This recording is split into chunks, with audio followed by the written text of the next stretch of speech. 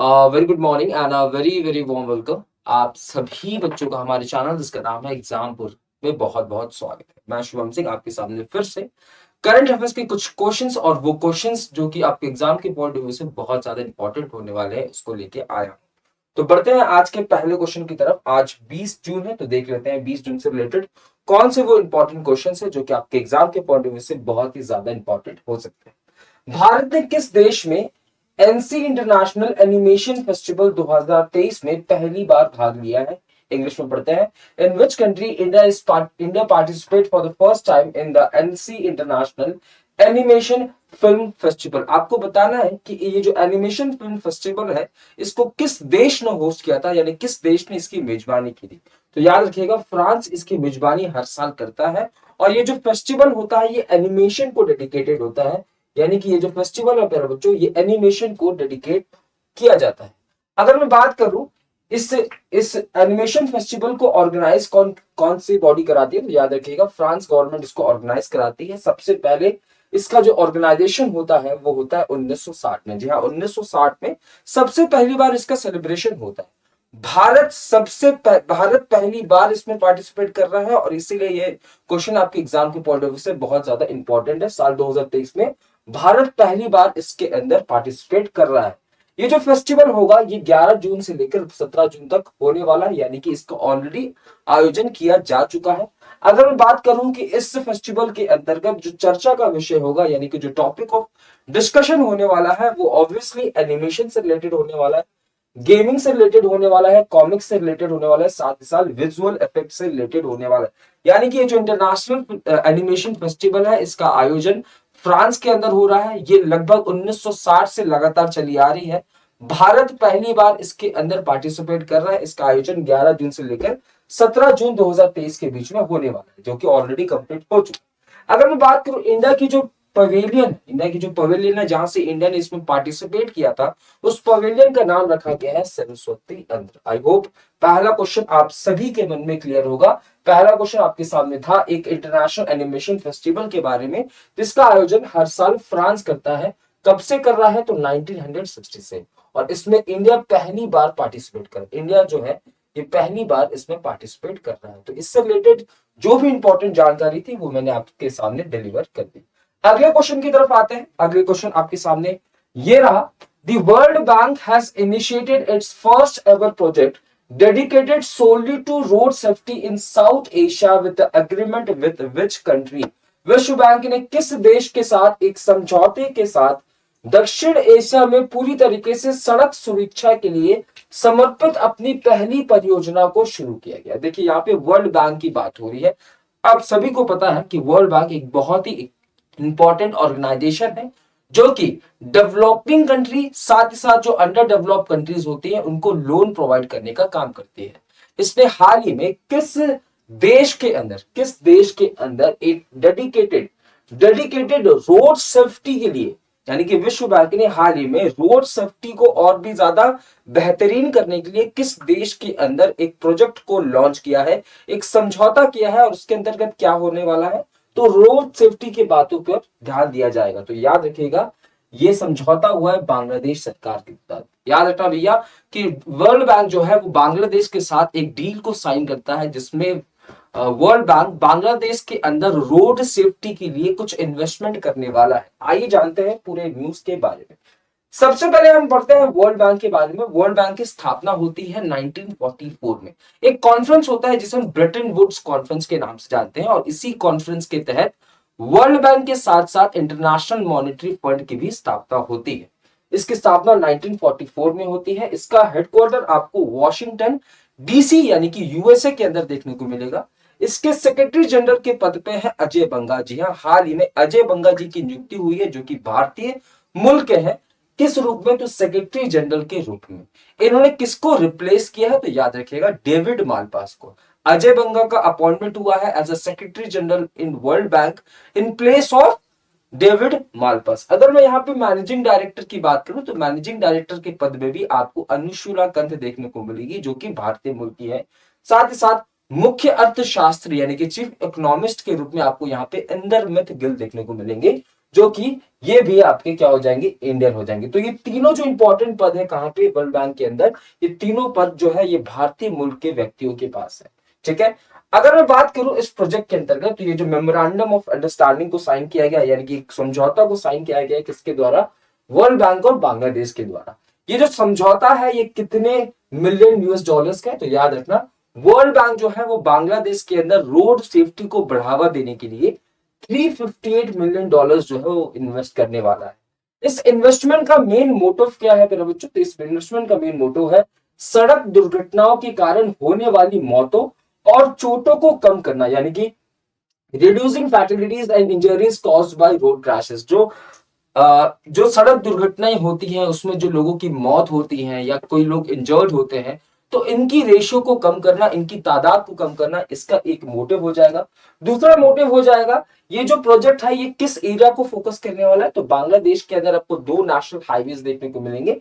एक आपको Ghazipur इलंगा national highway देखने को मिलेगा और एक नाटोर नवाबगंज नेशनल हाईवे देखने को मिलेगा। तो ये जो 358 मिलियन डॉलर्स है ये इन दो नेशनल हाईवेज के अंदर क्या किया जाएगा, इंक्लूड किया जाएगा, इनके अंदर इन्वेस्ट किया जाएगा और ये सुनिश्चित किया जाएगा कि यहाँ पे रोड एक्सीडेंट्स जो है उसकी मात्रा जो है वो कम है।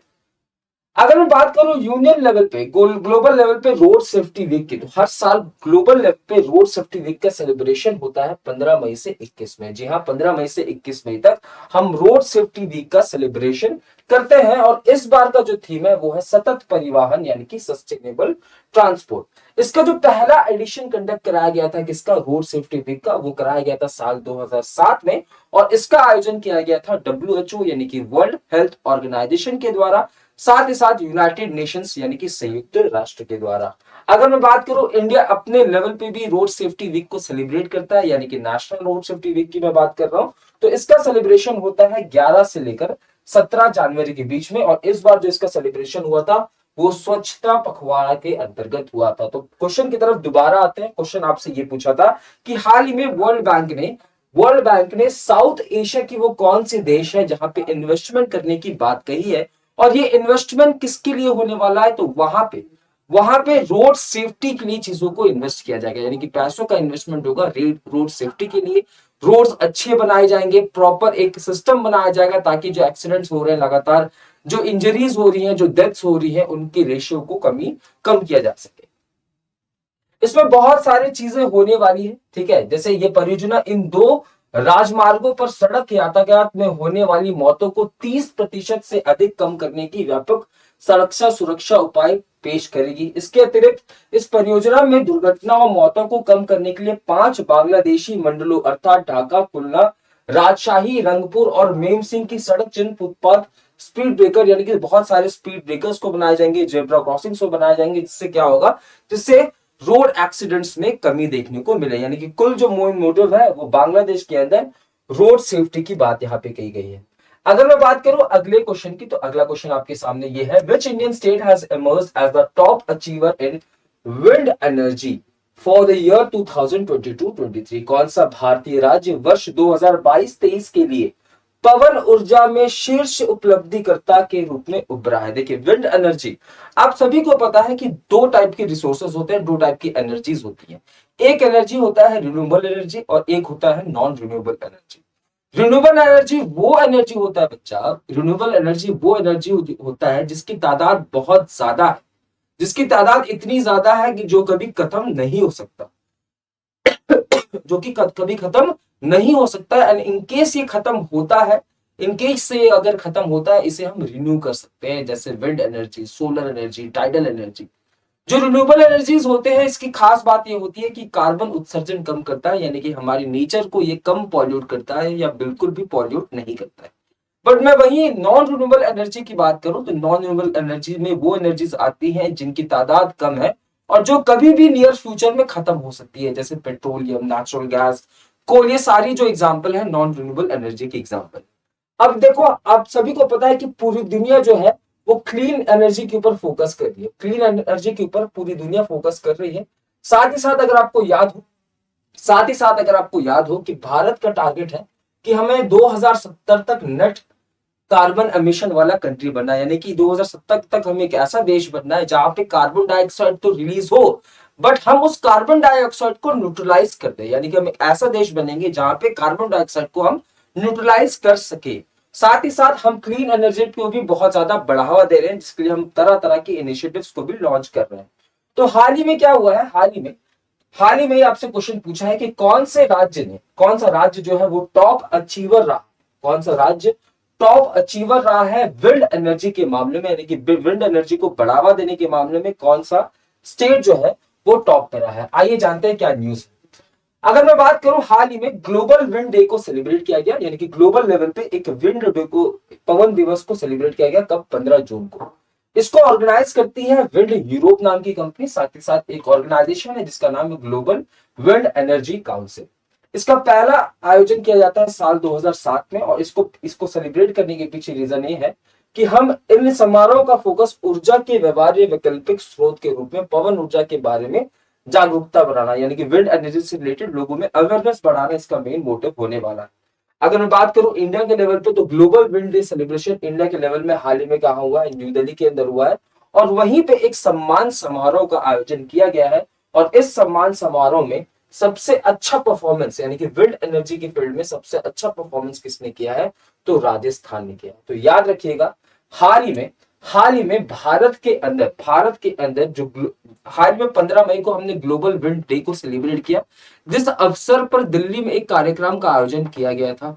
और इसमें जो बेहतरीन स्टेट्स हैं जिन्होंने विंड एनर्जी के लिए बेहतरीन काम किया है, यानी कि क्लीन एनर्जी के लिए बेहतरीन काम किया है, उनको अवार्ड से नवाजा गया है, जिसमें पहला पोजीशन किसका होने वाला है, पहला पोजीशन राजस्थान का होने वाला है। होप ये पॉइंट सारे क्लियर हो गए होंगे। अगले क्वेश्चन की तरफ बढ़ते हैं। अगला क्वेश्चन कह रहा है कि which of the following district tops the list of best district at the National Water Awards. हाल ही में नेशनल वाटर अवार्ड्स जो है वो दिए गए हैं, आपको बताना है कि इनमें से वो कौन सा डिस्ट्रिक्ट है जिसने नेशनल वाटर अवार्ड्स में टॉप किया है। अब नेशनल वाटर अवार्ड्स किसको दिया जाएगा, तो नेशनल वाटर अवार्ड्स उनको दिया जाएगा जिन्होंने अपने यहाँ पे वाटर मैनेजमेंट के लिए बहुत बेहतरीन काम किया होगा, उनको दिया जाएगा जिन्होंने सैनिटाइजेशन के लिए बेहतरीन काम किया होगा, उनको दिया जाएगा जिन्होंने वाटर को हर जगह पहुंचाने में बेहतरीन काम किया होगा। तो याद रखिएगा, हाल ही में नेशनल वाटर अवार्ड्स को दिया गया है। आपसे पूछा है कि बेस्ट डिस्ट्रिक्ट कौन सी है जिसने जिसने वाटर के लिए प्रॉपर मैनेजमेंट सिस्टम, वाटर के लिए प्रॉपर कनेक्टिविटी को बनाने का काम किया है, सैनिटाइजेशन का काम किया है। तो याद रखिएगा, ये कौन सी हो जाएगी, नमक्कल डिस्ट्रिक्ट। और ये नमक्कल डिस्ट्रिक्ट आपको तमिलनाडु के अंदर देखने को मिलने वाली है। आइए जानते हैं पूरे न्यूज के बारे में। पहला न्यूज क्या है, देखिए, सॉरी, नमक्कल डिस्ट्रिक्ट जो है सेकंड पोजीशन है, लिख लीजिएगा, नमक्कल डिस्ट्रिक्ट जो है वो सेकंड पोजीशन पे है, और जो गंजम डिस्ट्रिक्ट है ये फर्स्ट पोजीशन पे है, ठीक है। और गंजम डिस्ट्रिक्ट आपको उड़ीसा के अंदर देखने को मिलने वाला है। आइए जानते हैं न्यूज के बारे में। हाल ही में नेशनल वाटर अवार्ड्स दिए गए हैं, और ये वाटर अवार्ड्स 17 जून 2023 को दिए गए हैं। कहां पे, विजय भवन, जो कि आपको न्यू दिल्ली के अंदर देखने को मिलने वाला है। ये जो अवार्ड्स दिए जाते हैं ये 11 अलग अलग कैटेगरीज के अंदर दिए जाते हैं, और 11 अलग अलग कैटेगरीज में कुल 41 अवार्ड्स को इस बार दिया गया है। ये जो अवार्ड्स फंक्शन हो रहा है ये इसका चौथा एडिशन है। और याद रखिएगा, ये जो अवार्ड होता है ये जल शक्ति मंत्रालय के अंतर्गत दिया जाता है, यानी कि आप सभी को पता है भारत के अंदर जो वाटर का मैनेजमेंट करने की बॉडी है, वाटर को मैनेज करने वाली मिनिस्ट्री है, वो है जल शक्ति मंत्रालय। ये जो अवार्ड दिया गया है किसके द्वारा दिया गया है, तो याद रखिएगा, वाइस प्रेसिडेंट ऑफ इंडिया, यानी कि अवार्ड दिया जा रहा है किसके अंदर, तो जल शक्ति मंत्रालय के अंतर्गत। पर यह अवार्ड प्रदान कौन कर रहा है, तो जगदीप धनखड़। अगर मैं बेस्ट स्टेट की बात करूं, तो वो कौन सा स्टेट है जिसने वाटर मैनेजमेंट में, वाटर प्योरिटी के लिए, सैनिटाइजेशन के लिए बेहतरीन काम किया है, तो नंबर 1 पे हो जाएगी एमपी, नंबर 2 पे उड़ीसा, और नंबर 3 पे आपको 2 स्टेट्स यहाँ पे देखने को मिलेगी। अगर मैं डिस्ट्रिक्ट की बात करूं तो गंजम डिस्ट्रिक्ट टॉप पे है, नमक्कल डिस्ट्रिक्ट सेकंड पे है, और आदिलाबाद डिस्ट्रिक्ट जो है वो थर्ड पे है। और अगर मैं बेस्ट विलेज पंचायत की बात करूं तो जगन्नाथपुरम जो है, जो कि आपको तेलंगाना के अंदर एक पंचायत देखने को मिलेगा, ये आपका फर्स्ट पोजीशन होल्ड करता है। मैंने आपको बताया कि इस अवार्ड को 11 अलग अलग कैटेगरीज में दिया गया था। तो 11 अलग अलग कैटेगरीज में ये अवार्ड्स जो है वो आपके सामने है। ये आपके लिए इंपॉर्टेंट नहीं है, आपको अब अगर क्वेश्चन पूछेगा तो वो क्वेश्चन आपसे यहां से पूछने वाला है। फिर भी ये पीडीएफ में आपको शेयर कर दूंगा ताकि आप इन अवार्ड्स को भी एक बार आप चेकआउट कर लेंगे। अगला और आज का आखिरी सवाल आपके सामने ये रहा, आपसे पूछा है कि during a survey of coal इन केंडुडीही एक जगह है प्यारे बच्चों उड़ीसा के अंदर एक ब्लॉक देखने को मिलेगा जिसका नाम है केंदुडेही। और ये ब्लॉक कौन से डिस्ट्रिक्ट के अंतर्गत आता है, तो याद रखिएगा सुंदरगढ़। तो उड़ीसा के अंदर एक डिस्ट्रिक्ट है जिसका नाम है सुंदरगढ़, वहां पे एक ब्लॉक देखने को मिलेगा जिसका नाम है केंदुडेही। यहाँ पे किस ऑर्गेनाइजेशन के द्वारा एक कोल के लिए कुछ रिसर्च का काम किया जा रहा था, ठीक है, बेसिकली कोल के लिए एक रिसर्च का काम किया जा रहा था, और वहां पे इन्हें इंडिया का सबसे बड़ा नेचुरल आर्क देखने को मिला है। नेचुरल आर्क यानी कि एक ऐसा स्ट्रक्चर जो कि ऐसा कुछ बना हो। आर्क कैसा होता है, आर्क ऐसा होता है, तो नेचुरल आर्क की बात करिए यानी कि एक ऐसा स्ट्रक्चर जो कि इस टाइप से बना हो, और ये इंडिया का सबसे बड़ा नेचुरल आर्क है। मैंने क्या कहा, हाल ही में उड़ीसा के अंदर जो केंदुदेही ब्लॉक है, ठीक है, जो कि पड़ता है सुंदरगढ़ डिस्ट्रिक्ट के अंदर, यहाँ पे कौन सी ऑर्गेनाइजेशन को एक रिसर्च के दौरान भारत का सबसे बड़ा नेचुरल आर्क, ठीक है, नेचुरल आर्क की बात कर रहा हूं, मैनमेड आर्क की बात नहीं कर रहा हूं। यहाँ पे दिया है Archaeological Survey of India, Geological Survey of India, Indian Space Research Organisation, यहाँ इनमें से कुछ। अगर मैं आर्कियोलॉजिकल सर्वे ऑफ इंडिया की बात करूं तो इसकी स्थापना 1861 में होती है। अलेक्जेंडर कनिंघम इसके फाउंडर मेंबर्स हो जाएंगे। इसका हेडक्वार्टर आपको न्यू दिल्ली के अंदर देखने को मिलेगा। वी विद्यावती आपको यहाँ पे डायरेक्टर जनरल यानी कि महानिदेशक के पद पे देखने को मिलेंगे। और ये मंत्रालय, ये जो बॉडी है, ये मिनिस्ट्री ऑफ कल्चर के अंतर्गत आती है, यानी कि यहाँ पे आपको जी किशन रेड्डी जी देखने को मिलने वाले। अगर मैं जियोलॉजिकल सर्वे ऑफ इंडिया की बात करूं तो इसकी स्थापना 1850 में होती है। थॉमस ऑल्डम जो है इसके फाउंडर मेंबर होंगे। कोलकाता में इनका हेडक्वार्टर है और ये मिनिस्ट्री ऑफ माइंस के अंतर्गत काम करती है। और अगर मैं इसरो की बात करूं जिसकी स्थापना 1969 में होती है, जिसके फाउंडर मेंबर विक्रम साराभाई हैं, एस सोमनाथ इनके चेयरमैन हो जाएंगे और हेडक्वार्टर इसका बेंगलुरु के अंतर्गत हो जाएगा। तो ये तीन ऑप्शंस दिए गए थे, तीन ऑप्शंस के बारे में हमने ऑलरेडी पढ़ लिया। और याद रखना, हाल ही में geological Survey of India Orissa के अंदर, हाल ही में geological Survey of India Orissa के अंदर एक कोल के ऊपर सर्वे कर रही थी, जिस दौरान इसे भारत का सबसे बड़ा आर्क जो है, और वो भी कौन सा आर्क, तो नेचुरल आर्क जो है, इसको देखने को मिलेगा। इस आर्क के बारे में कुछ चीजें जान लेता है। ये जो आर्क है, ये बताया जा रहा है कि लगभग 184 से लेकर 160 मिलियन ईयर्स, 184 से लेकर 160 मिलियन ईयर्स ये आर्क जो है ये पुराना है। ये जो आर्क है ये ओवल शेप्ड का आर्क है, जिसकी लेंथ है 30 मीटर और इसकी जो हाइट है वो 12 मीटर है। तो याद रखिएगा, हाल ही में इंडिया का सबसे बड़ा नेचुरल आर्क हाल ही में कहां पे बरामद किया गया, तो उड़ीसा के अंदर बरामद किया गया। किसके द्वारा, तो जियोलॉजिकल सर्वे ऑफ इंडिया के द्वारा बरामद किया गया। इस आर्क की अगर मैं तस्वीर दिखाना चाहूं तो आप इसे देख सकते हो। ओवल शेप का ये आर्क होने वाला है, ओवल शेप का ये आर्क होने वाला है, और ये पूरी तरीके से नेचुरल है, ठीक है, ये मैन मेड नहीं है, ये पूरी तरीके से क्या होने वाला है, नेचुरल होने वाला है। तो यहां तक आज के सेशन को रखते हैं। मिलते हैं कल करंट अफेयर्स के अपने अगले पड़ाव में। आई होप आप सभी को सेशन में मजा आ रहा होगा। आपके तरफ से कोई भी अगर सजेशन हो, आप उसे प्लीज कमेंट बॉक्स में शेयर करिए, ताकि हम चीजों को और भी ज्यादा बेहतरीन और भी ज्यादा बेहतर बना सके। एक पॉइंट मैंने ऑलरेडी नोट कर दिया है कि बहुत सारे लोगों की डिमांड थी कि आपको पीडीएफ चाहिए, तो वो पीडीएफ जल्दी हम किसी प्लेटफॉर्म में आपके साथ शेयर कर देंगे। तब तक आप प्लीज और भी जो भी सजेशंस होंगे आप उसको हम हमारे साथ शेयर कर सकते हैं। तो फिर मिलता है कल करंट अफेयर्स के अपने अगले पड़ाव में। तब तक के लिए जय हिंद, जय भारत।